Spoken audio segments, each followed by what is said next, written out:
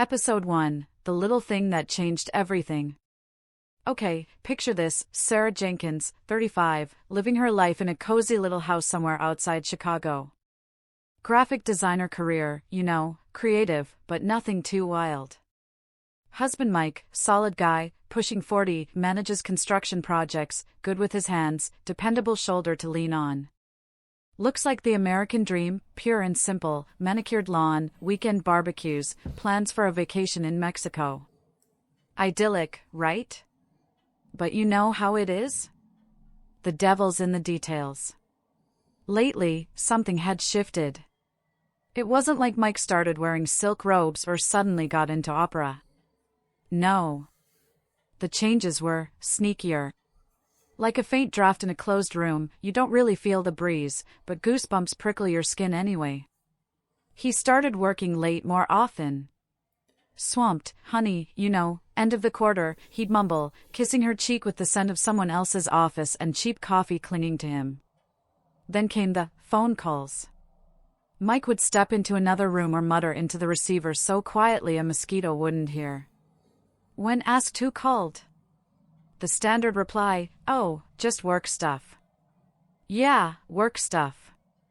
At 10:30 at night. At first, Sarah brushed it off. Okay, stress, okay, the guy's tired. She wasn't exactly an angel herself, sometimes she was moody too. But a bad feeling lingered. That nasty feeling in the pit of her stomach, like she'd eaten something bad. And then she found the receipt. By accident. Emptying his work jeans pockets before doing the laundry. A receipt from a bar called the Blue Moon. A place they'd never gone to together. The amount, not astronomical, but not just for one cup of coffee either. And the time, 11:30 p.m. Tuesday. The same Tuesday he'd said he was stuck in a meeting until 10. A chill ran down Sarah's spine. She stood in the middle of the laundry room, holding that crumpled piece of paper like it was a poisonous spider. A meeting? At the Blue Moon Bar? Unpleasant images instantly flashed through her mind. She tried to push them away. Maybe he went out with colleagues to unwind? But why lie about the meeting then? And why the Blue Moon specifically, a place with a reputation, well, let's just say, not exactly for business meetings? Sarah crumpled the receipt and threw it in the trash. But getting the image out of her head wasn't so easy. A tiny crack of suspicion had appeared on the seemingly perfect surface of their marriage. And she could feel it, this crack could become a chasm. Who were you with there, Mike? Who were you drinking with at 11:30 at night while I was waiting for you at home? The question hung in the laundry room air, heavy and unpleasant, like the smell of dampness. And Sarah suddenly realized that the quiet life was over. Something else was beginning. Something dark and unsettling. Episode 2, The Rabbit Hole of Suspicion. Sarah barely slept that night. Every breath Mike took beside her sounded fake, every word he said in the morning felt like a lie. She plastered a smile on her face, made coffee, kissed him goodbye, but inside, everything was churning. That receipt wouldn't leave her alone. It was like a hook that had snagged her and was dragging her into the murky waters of conjecture. And she dove in. Deep. As soon as Mike left for work, Sarah turned into an amateur private eye. The kind who's watched one too many TV shows. First thing, his phone. Her hands trembled slightly as she entered the passcode, their old house number, how naive, Mike. Call log. There it was. An unknown number. Several missed calls yesterday, and one outgoing call from Mike this morning, literally 5 minutes after he left the house. Duration, 2 minutes. Long enough to quickly arrange something. Sarah tried searching the number online, 0 results. Private number. Of course. Next, the laptop. Browser history. Mike wasn't stupid, it was cleared. But not perfectly.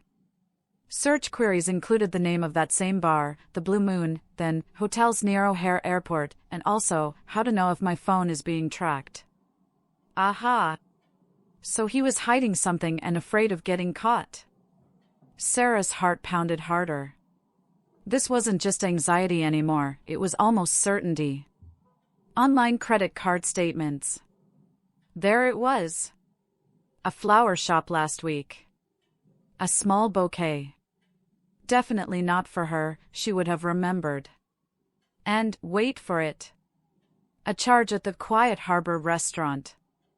An expensive little place outside the city they'd planned to go to for their anniversary but never got around to. Mike had been there. Alone? Unlikely. Her head was spinning. Each new discovery was another brick in the wall of her suspicion. Sarah called Chloe. Her friend listened to her trembling voice, full of tears and outrage. "Sarah, honey," Chloe drawled sympathetically, "I don't want to upset you, but flowers, a restaurant, late-night calls. That's classic. You understand, right?" Understand? She didn't just understand, she saw it as clearly as if she were watching a movie about her own life. Chloe, of course, tried to comfort her, but her words only confirmed Sarah's worst fears. "Just don't rush into anything," her friend advised. "Gather more evidence. You need to catch him red-handed." Red-handed. Sarah hung up. Her hands clenched into fists. She felt betrayed, trampled. Her cozy world was crumbling before her eyes. And that mysterious number. Who was it? His lover? The same one he bought flowers for and took to expensive restaurants? Sarah decided she would find out. She had to know the truth, no matter how bitter it was. The rabbit hole of suspicion was sucking her deeper and deeper. Episode 3, Red Flags Waving. The weeks dragged on like thick molasses. Every day brought new evidence. Mike became even stranger. Distant, lost in his thoughts. He started flinching every time his phone rang, grabbing it before Sarah could even glimpse the number on the screen. He explained it away as important calls from work, but his eyes darted nervously. He was lying. She could feel it in her bones. And then he announced a business trip. Sudden, unexpected. "Have to fly to Denver for a couple of days, honey. Urgent project." Denver? Sounded suspicious. Sarah tried to probe for details, but Mike shut down again. "Don't worry about it, just regular work stuff." Yeah, regular. So regular that he packed his best shirt and new cologne in his suitcase. "Who are you trying to impress, Mike? Clients in Denver?" And then, the final straw. Sarah was cleaning the closet, yes, coincidentally decided to tidy up in there, and stumbled upon a small velvet pouch hidden under a pile of old t-shirts. Inside, a silver bracelet. Simple, elegant, but definitely not her style. And certainly not for her, there hadn't been any hint of a gift. Sarah's heart plummeted somewhere down to her heels. This was it. The gift. For her. For the other woman.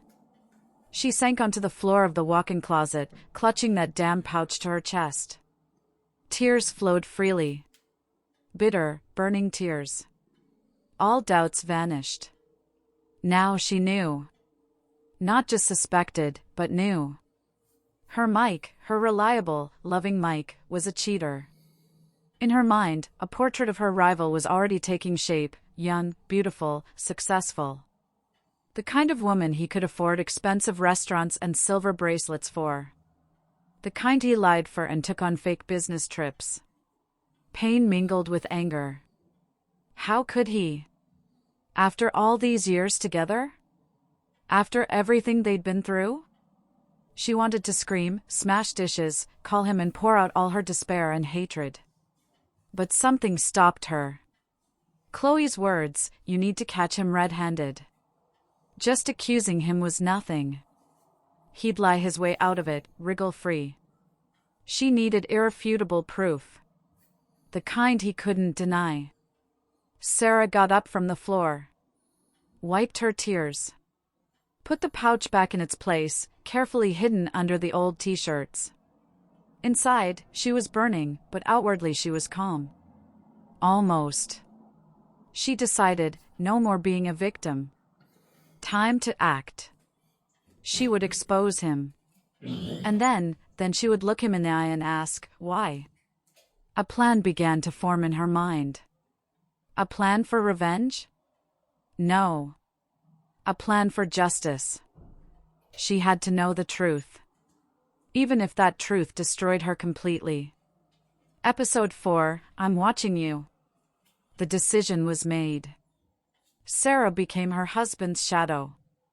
It felt disgusting, humiliating, but she felt she had no other choice. She started paying attention to when he came home, the routes he took from work. A couple of times, she snapped and followed him, keeping her distance, her heart pounding so hard it felt like it would jump out of her chest. One evening, it almost ended in disaster. Mike suddenly swerved sharply, and Sarah, not expecting the maneuver, barely managed to brake in time to avoid hitting the car in front of her. She ducked behind the steering wheel, praying he hadn't noticed her old Ford. It seemed he hadn't. But the adrenaline was pumping. She felt like a character in a cheap spy movie. An idiot. But it was too late to turn back. And then luck, if you could call it that, smiled on her. She was following him again. Mike stopped near an inconspicuous coffee shop on the outskirts of town, not the Blue Moon, a different one. Sarah parked across the street, hidden behind a large SUV. 5 minutes later, someone approached the coffee shop, a woman. Sarah couldn't make out the face, the hood of the jacket hid it, and the distance was considerable. But the figure, the movements, everything indicated it was a woman. They went inside. Sarah sat in the car, gripping the steering wheel. Her hands were shaking. This was it. This was her. She wanted to jump out, storm in there, cause a scene. But something stopped her. Fear? Or the desire to gather more incriminating evidence? She took out her phone and turned on the voice recorder. Just held it in her hand, hoping Mike would make a call. And he did. Not to her, of course. Sarah saw him pull out his phone in the coffee shop, say something quickly, and hang up.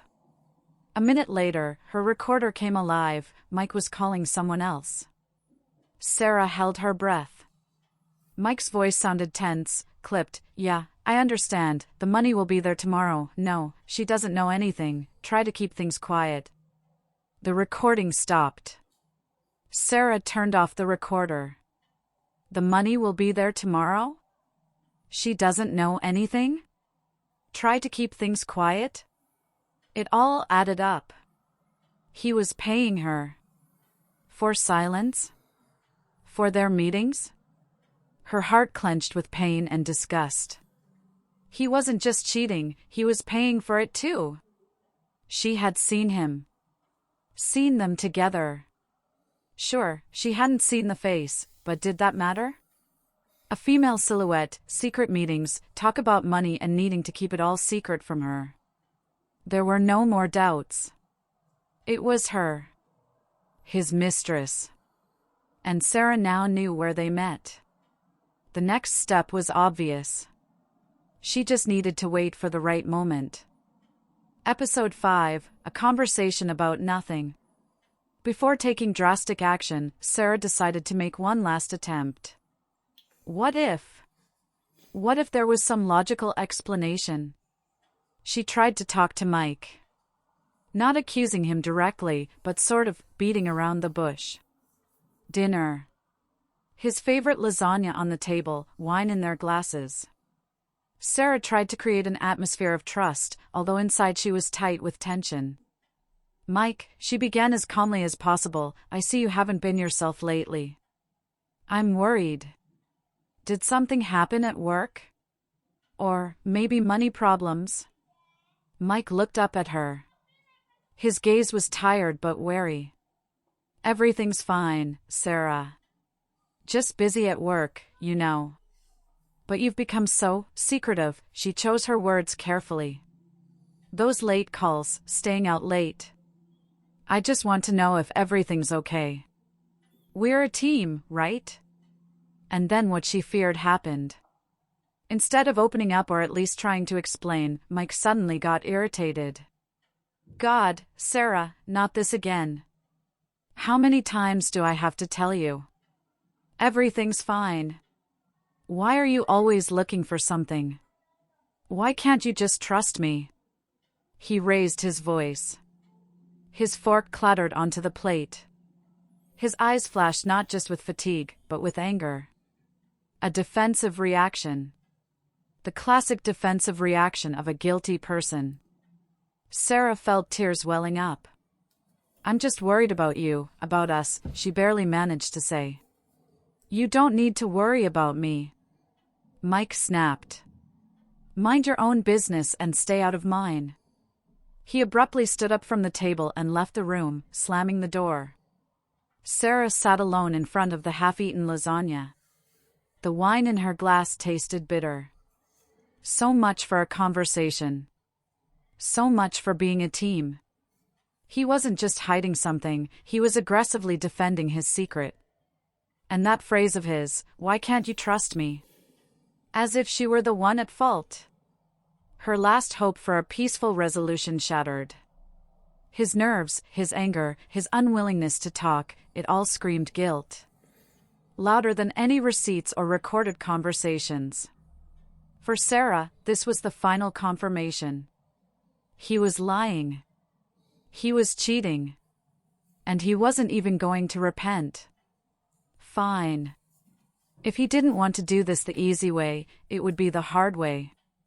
She wouldn't play cautious anymore. She would get that concrete proof.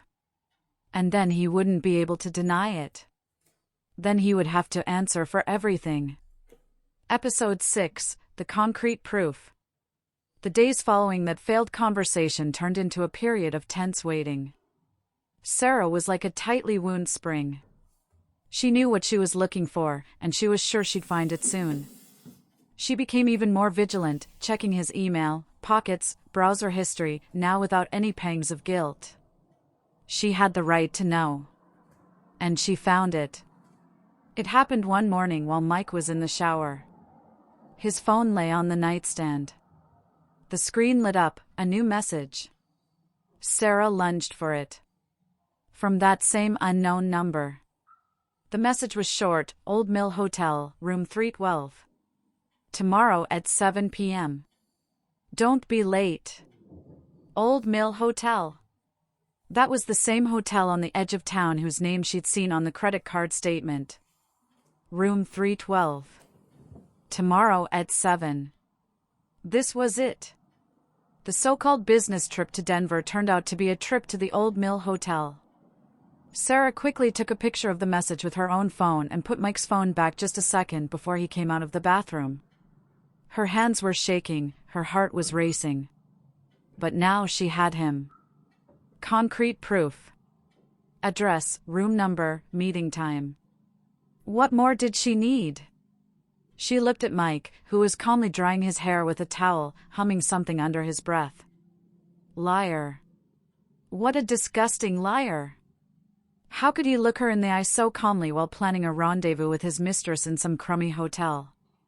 All day, Sarah walked around in a daze. Anger and pain warred within her. She imagined the meeting. How she would burst into room 312. How she would catch them together. What would she say? What would she do? Visions of revenge alternated with visions of her own humiliation. But one thing she knew for sure, tomorrow at 7 p.m., she would be there. Outside the Old Mill Hotel. She would see everything with her own eyes. And then it would be time for payback. Sarah felt a strange mix of fear and excitement. Finally, everything would be resolved. No more doubts, no more guesswork. Just the naked, unvarnished truth. She looked at her reflection in the mirror. Her eyes burned with determination. She gathered all her evidence, the receipt, the recording, the photo of the message. The puzzle pieces fit together. And the picture that emerged was ugly and painful. Tomorrow, she would show this picture to Mike. And see how he tried to squirm his way out of it this time. Now she had everything. Absolutely everything. All that remained was the final act of this dirty play. Episode 7, The Accusation. The next day dragged on endlessly. Sarah could hardly wait for the evening. She told Mike she was going to Chloe's, girls' night, need to unwind a bit. He nodded without looking her in the eye. He was getting ready. Shaved longer than usual. Chose a tie. For whom? For her? For the one waiting in room 312? Nausea rose in her throat. At 6:30, Sarah was already near the Old Mill Hotel. An unremarkable building on the outskirts. She parked her car where she could see the entrance but wouldn't be easily seen herself. Her heart was pounding. Her palms were sweaty. At 7:05, Mike's car pulled up. He got out, glanced around quickly, and went inside. Sarah waited a few minutes, gathering her courage. Then she got out of the car and headed for the entrance. The lobby was almost empty. She went to the elevator, pressed the button for the 3rd floor. As it ascended, she stared at her reflection in the mirrored walls. Pale, with a determined expression. She was ready. 3rd floor. The hallway was quiet. Room 312 was at the end. She stopped at the door, listened. Silence. Gathering all her willpower, she knocked. Loudly, insistently. Footsteps approached from inside. The door opened. Mike stood there. In just his shirt, hair disheveled. Seeing Sarah, he froze. His face went pale. His eyes showed shock and fear. Sarah? What are you doing here? He barely managed to say. Sarah pushed him aside and entered the room. Quickly scanned it. A small standard room. No one on the bed. Bathroom empty. But on the table stood a bottle of wine and 2 glasses. One almost empty. What am I doing here? Sarah's voice trembled with fury. I came to see this. Your business trip. Your work. She started throwing her evidence onto the bed. The bar receipt. The credit card printout with the hotel name. The photo of the text message. Here. Look. Flowers. Restaurants. Hotels. Secret calls. Money. Did you think I was stupid? Did you think I wouldn't find out? Tears streamed down her cheeks, mixing with mascara. She screamed, unable to control herself. Who is she, Mike? Where is she? The one you've been lying to me for all this time? The one you bought bracelets for and hid within crummy hotels? Show her to me. I want to look her in the eye. Mike stood in the middle of the room, bewildered and pale. He looked at Sarah, at the scattered papers, at the glasses on the table. There was desperation in his eyes. Sarah, calm down, please. It's not what you think. He began. Not what I think, she interrupted hysterically. And what am I supposed to think? You lied to me. You cheated on me. Here. In this filthy room. How could you? She ran up to him and started beating his chest with her fists. I hate you. I hate you. Mike grabbed her hands. Sarah, stop it. Listen to me. But she wasn't listening. She was consumed by her pain, her rage. She screamed out everything that had built up over these weeks of suspicion and suffering. Her whole world had collapsed. And he was to blame. The man she loved. The man standing before her, caught red-handed. But his reaction. Why wasn't he yelling back? Why was there not anger, but some strange desperation in his eyes? Something was wrong. But what? Episode 8, Denial and Despair. Mike held her wrists firmly, looking directly into her eyes. His face was pale but resolute. "Sarah, listen to me," he repeated, his voice trembling, but not with fear anymore, rather with some other emotion she couldn't understand. "There was no affair. I didn't cheat on you." Sarah wrenched her hands free. "Didn't cheat?" she laughed bitterly. "And what is this?" She swept her hand around the room, pointing at the glasses, the rumpled bedspread. "Set dressing for a business meeting?" "Mike, stop lying. At least now, when you've been caught, have the courage to admit it." He ran a hand through his hair, looking utterly broken. "I'm not lying, Sarah. This is all a mistake. A big, terrible mistake." "A mistake?" she exclaimed. "You call your little fling a mistake? How convenient." "No," he almost shouted. "There was no fling.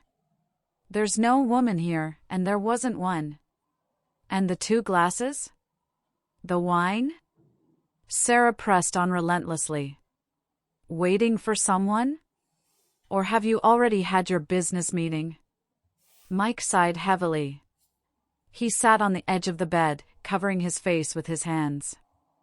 "I was waiting. But not for a woman. And this, it's not what you think." "Then what?" Sarah stood over him, demanding an answer. "What's going on, Mike? Why can't you just tell the truth? Why all these secrets, these lies, this money you were talking about on the phone?" He looked up at her. There was such despair in his eyes, such exhaustion, that for a moment Sarah felt sorry for him. But only for a moment. Anger and hurt were stronger. "I can't tell you, Sarah," he said quietly. "Not yet. Just please, believe me. I'm doing this for us." "For us?" she exploded again. "You're destroying our lives for us? That's insane. I don't believe you, Mike. Not a single word." He stood up. Came close to her. "Sarah, I love you. More than anything in the world. And I would never cheat on you. You have to believe me." He tried to hug her, but she recoiled as if burned. "Don't touch me," she hissed. "I don't believe you. I see everything with my own eyes. You're a liar and a cheat." Sarah turned and rushed to the door. "If you won't tell the truth, then we have nothing more to talk about. I'm leaving." "Sarah, wait. Don't do this," he called after her. But she had already run out into the corridor, slamming the door behind her. She ran, not seeing where she was going, tears blurring her vision. Why? Why did he keep lying? Why wouldn't he confess? His denials, his attempts to evoke pity, it all seemed fake, staged. He was just trying to wriggle out of it, save his own skin. But why was he so stubbornly refusing to reveal the truth, even when cornered? What else was he hiding? The question throbbed painfully in her temples as she fled the hotel, fled him, fled their shattered life. Episode 9, The Point of No Return. Sarah ran to her car, her hands shaking so much she could barely get the key in the ignition. She peeled out, leaving the old mill hotel and her broken hopes behind. Where to go? Home. No, she couldn't face him right now, couldn't face their shared home, which now felt tainted by his lies. To Chloe's. Yes, only to Chloe's. She burst into her friend's place, tear-streaked, disheveled, a shadow of her former self. Chloe, seeing her state, understood immediately. Silently, she hugged her, poured her some wine, and listened to the halting, sob-filled account of the events at the hotel. That bastard. Chloe exclaimed when Sarah finished. I told you. They're all the same. You catch him red-handed, and he still tries to squirm out of it. It's not what you think. Right. Her friend's words, though spoken with sympathy, only deepened Sarah's pain. She felt crushed, humiliated. Their marriage, which she had considered a fortress, turned out to be a house of cards, collapsing at the first puff of wind. What do I do now, Chloe? Sarah whispered, staring into her wineglass with empty eyes. Leave him, honey, Chloe said firmly. You deserve better. A man who will respect you and won't lie to your face. Sarah knew Chloe was right. But the thought of divorce, of destroying everything they had built over the years, terrified her. At the same time, staying with him, knowing the truth, or what she believed to be the truth, was unbearable. She stayed at Chloe's that night. Mike called several times, sent texts, Sarah, let's talk, please come back, I'll explain everything. She didn't answer. What could he explain? What other excuses could he invent? She lay on the sofa in the unfamiliar living room, staring at the ceiling, feeling empty. The anger had subsided slightly, replaced by a deep, all-encompassing sadness. She remembered how they met, their wedding, happy moments.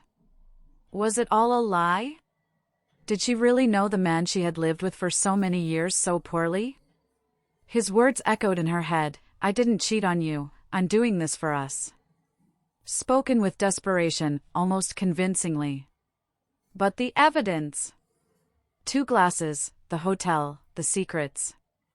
No, she couldn't believe him. She saw what she saw.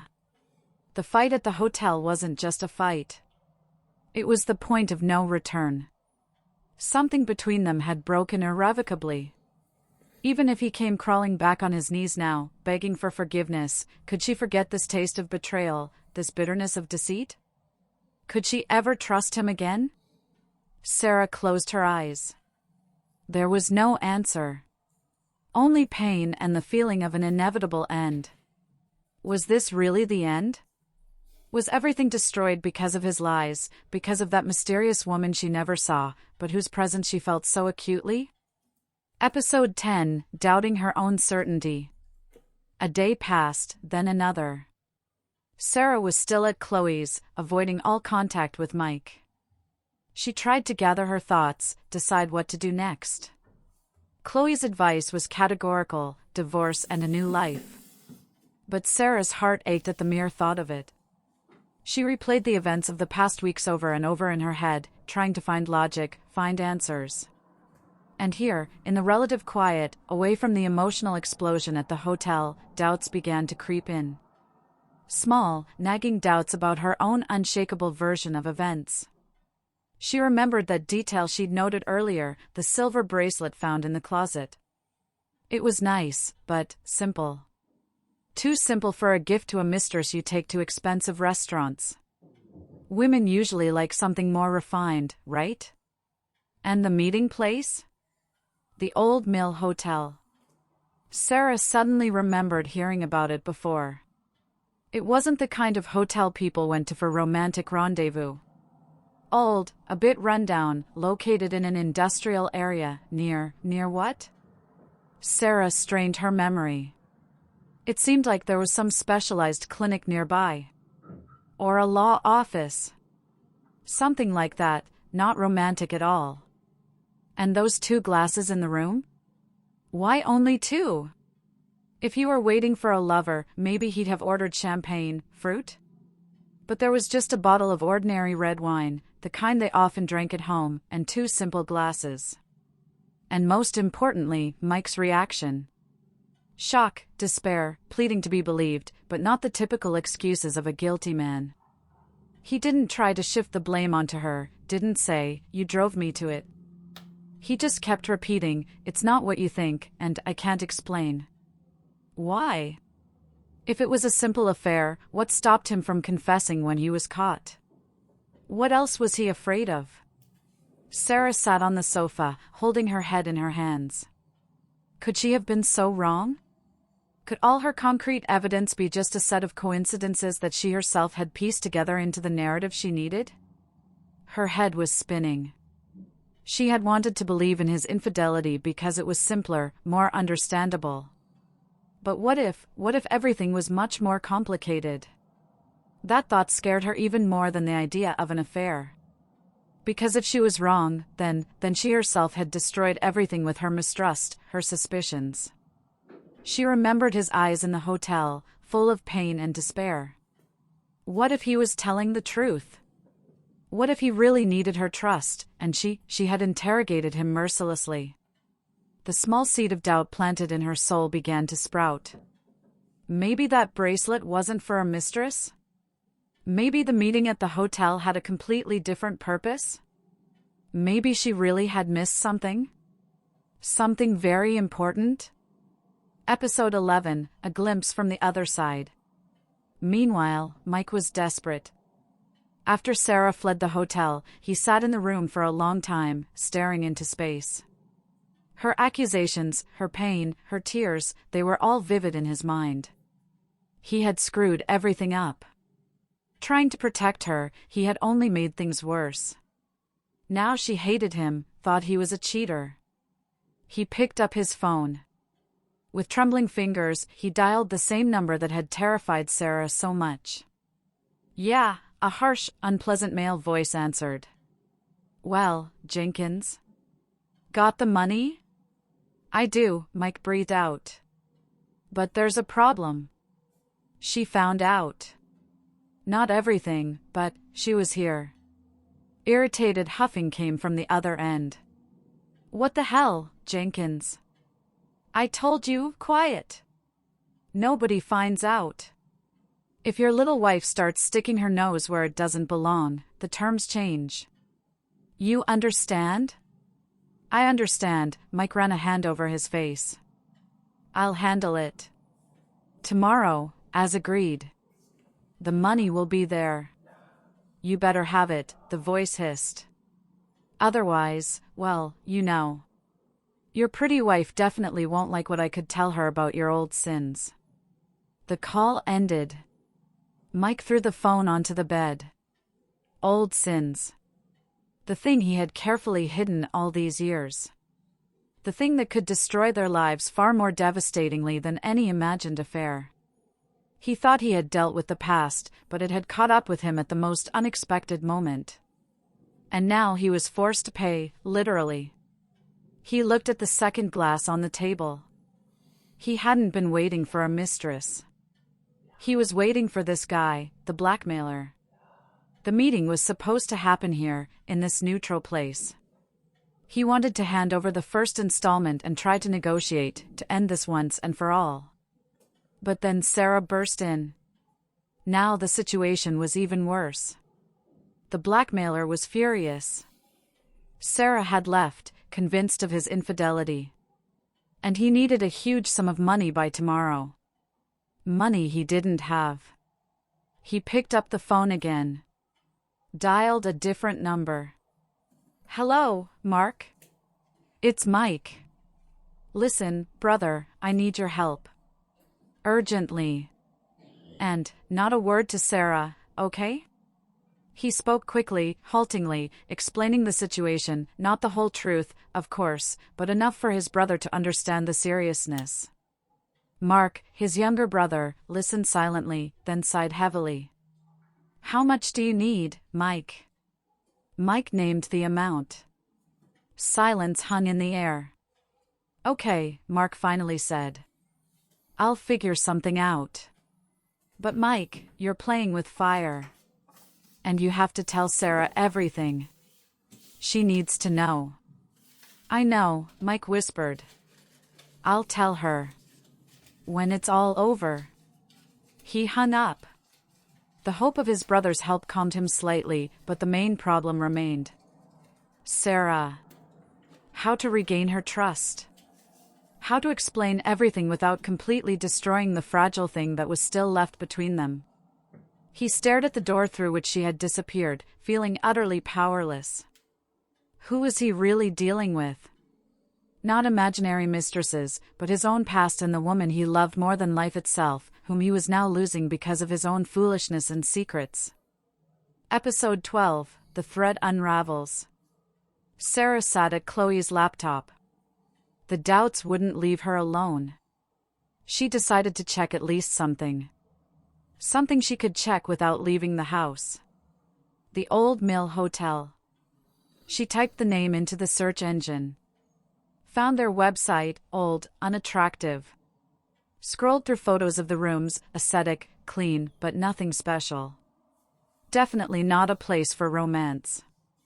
Then she started looking for information about what was nearby. And there it was.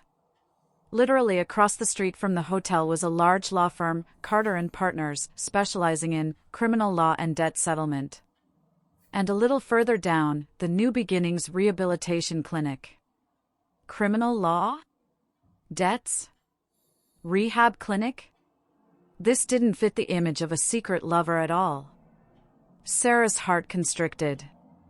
Did Mike have legal problems? Or debts? Or, God, could it be an addiction? She remembered his words about money in the phone call she recorded. The money will be there tomorrow. Remembered his tense, exhausted look lately. Maybe he wasn't cheating, but gambling? Racked up debts? Or had health problems he was hiding? These thoughts were scarier than the suspicions of infidelity. But they explained a lot: his secrecy, stress, strange expenses, need for money, even the choice of such an unremarkable hotel for a meeting, perhaps with a lawyer or a creditor. And the bracelet? That silver bracelet. Sarah remembered seeing a similar one in the catalog of a local charity that helped people with addictions. They sold bracelets like that to raise funds. Had Mike bought it there? As a donation? Or for himself? The thread began to unravel, but the pattern emerging was dark and frightening. Sarah felt a wave of cold wash over her. If her suspicions about the affair were wrong, then the reality could be much worse. And her own behavior, her stalking, accusations. If Mike was struggling with something serious, and she was throwing jealous tantrums. She closed the laptop. She needed to talk to Mike. Not accuse, not yell. Just talk. Listen. Maybe she was wrong. Maybe she was brutally wrong. And now she was afraid to find out just how brutally. That hotel, it turned out to be the key. But not to his affair, rather to some other, much deeper and darker secret. Episode 13, The Revelation. Sarah returned home the next day. The house greeted her with silence. Mike was sitting in the kitchen, staring into a cup of cold coffee. He looked terrible, pale, with dark circles under his eyes, as if he hadn't slept in nights. Seeing Sarah, he stood up. His eyes held a mixture of hope and fear. Sarah, he began, but she stopped him with a gesture. Mike, I want to talk, she said quietly. No yelling. No accusations. Just tell me the truth. What's going on? She sat across from him. Looked him in the eye. There was no more defensive aggression, only boundless fatigue and pain. Mike was silent for a long time, gathering his thoughts. Then he sighed heavily. You're right, Sarah. I owe you the truth. The whole truth, he paused. What I've been hiding, it's related to my past. From before I met you. And he began to talk. The story was convoluted and unpleasant. About a failed business venture in his youth, about partners who turned out to be shady, about large debts that he managed to settle somehow back then, but one of the former friends had recently reappeared. Reappeared with threats and demands to repay the old debt with huge interest. Threatening not only financial problems but also to tell Sarah some unpleasant details about that old business, things Mike preferred never to mention. He started blackmailing me a few months ago, Mike continued, his voice low and monotonous. Demanding money. A lot of money. I tried to scrape it together without involving you. Sold some old stocks, took out a loan against the car. Hence the secrets, working late, I was looking for side jobs, meeting with him, trying to negotiate. He told her about the meetings in bars, about the flowers, a stupid attempt to appease the blackmailer's secretary, about the Old Mill Hotel, a neutral place to hand over the first part of the money, recommended by his lawyer from that same firm, Carter and Partners. I was supposed to meet him in that room, give him the money Mark lent me, and hope he'd back off. Mike looked up at Sarah, his eyes full of remorse. And then you showed up. I was in such shock. I didn't know what to say. I was afraid that if I told the truth, you wouldn't forgive me for what happened in the past. And I was afraid for you, because this guy, he's dangerous. And the bracelet? That silver bracelet? That. Mike hesitated. That's from the New Beginnings Clinic. When all this started, I almost relapsed. Old problems nearly came back. I went there for counseling. A few times. And I bought the bracelet as a reminder to myself to stay strong. I wanted to tell you later, when everything settled down. Sarah listened, and her world turned upside down. Blackmail. Debts. A past she didn't know about. An attempt to protect her, however clumsy and unsuccessful. The truth was shocking, unpleasant, but it had nothing to do with an affair.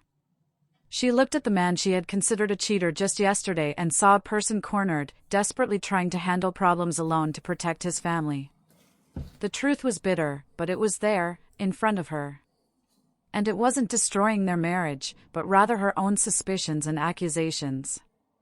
Episode 14, The Weight of the Mistake. Silence hung heavy in the kitchen. Oppressive, suffocating. Sarah looked at Mike, at his tormented face, at his hands nervously gripping the edge of the table. Every word he spoke resonated within her with pain and shame. She thought he was cheating. She imagined another woman, romantic dates, lies told for passion.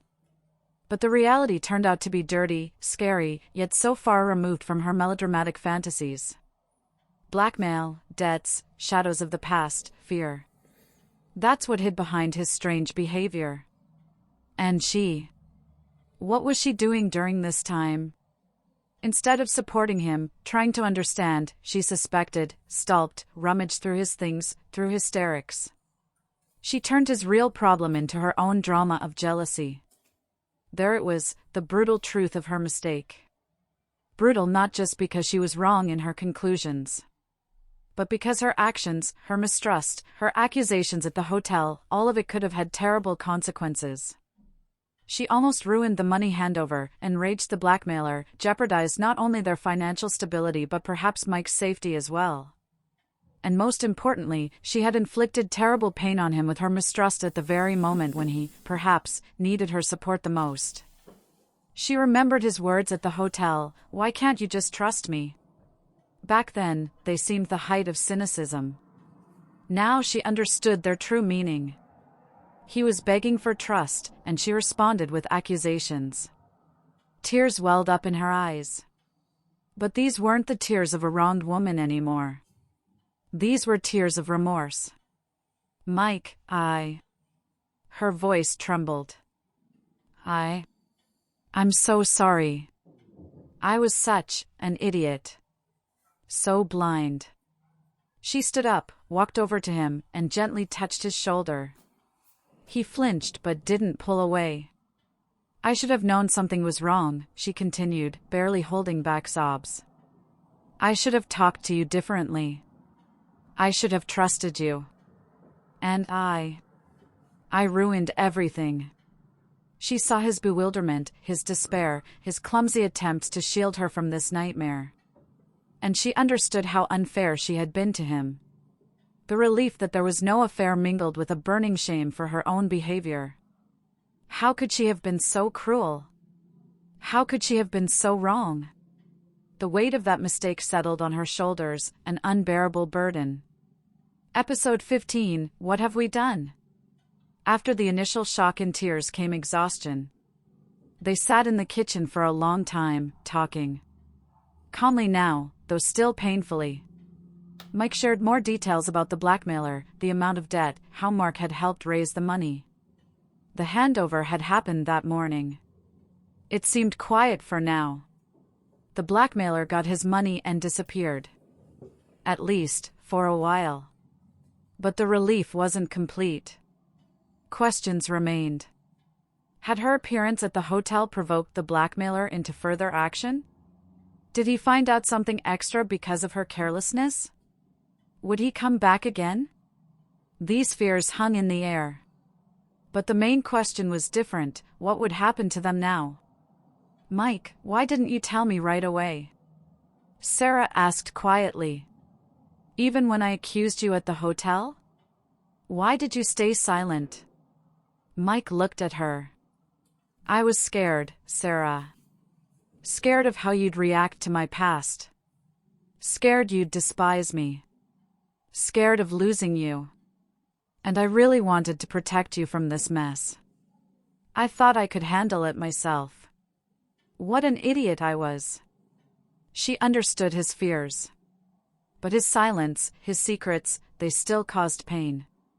Different from betrayal, but no less deep. He hadn't trusted her with his problem. He made decisions for her, denying her the right to choose, the right to support him. "And Sarah whispered. "I didn't trust you. I let suspicion cloud everything. I was ready to destroy our marriage because of my own fears and assumptions." They looked at each other. The relief that Sarah's worst suspicions weren't true was immense. But at the same time, it became clear how much damage they had inflicted on each other. He, with his secrecy and lack of faith in her strength. She, with her lack of faith in his fidelity and her destructive actions. There was no lie about an affair. But there was another lie, the lie of omission.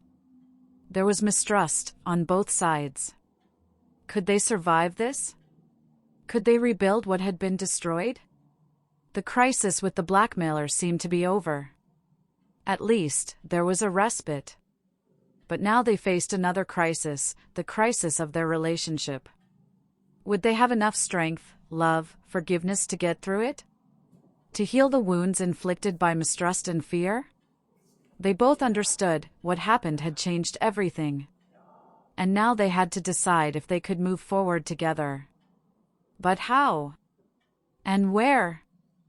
Episode 16, Silence After the Storm, Finale. Evening descended on their suburban Chicago home. A quiet, cool evening after a long, exhausting storm. Sarah and Mike sat in the living room. Not close, at a distance.